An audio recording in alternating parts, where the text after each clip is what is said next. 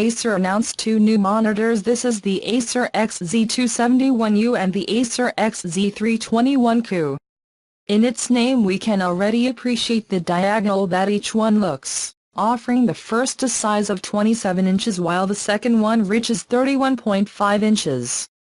In both cases we find a design with lines in which the marked right angles and the silver touch in the back support and base predominate.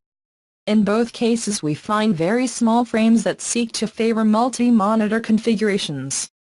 Regarding specifications, in both models we will find the same figures.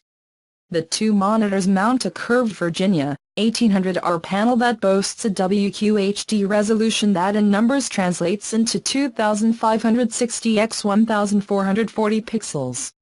The rest of the specifications refer to a typical 3001 contrast, a response time of 1 millisecond, a color coverage of 85% in the NTSC color space and a refresh rate of 144 Hz.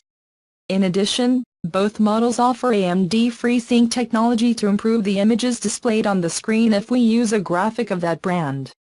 Where there is a difference is in the luminosity, because in the 27-inch model we find up to 250 lumens, a figure that rises to 300 lumens in the 31.5-inch model.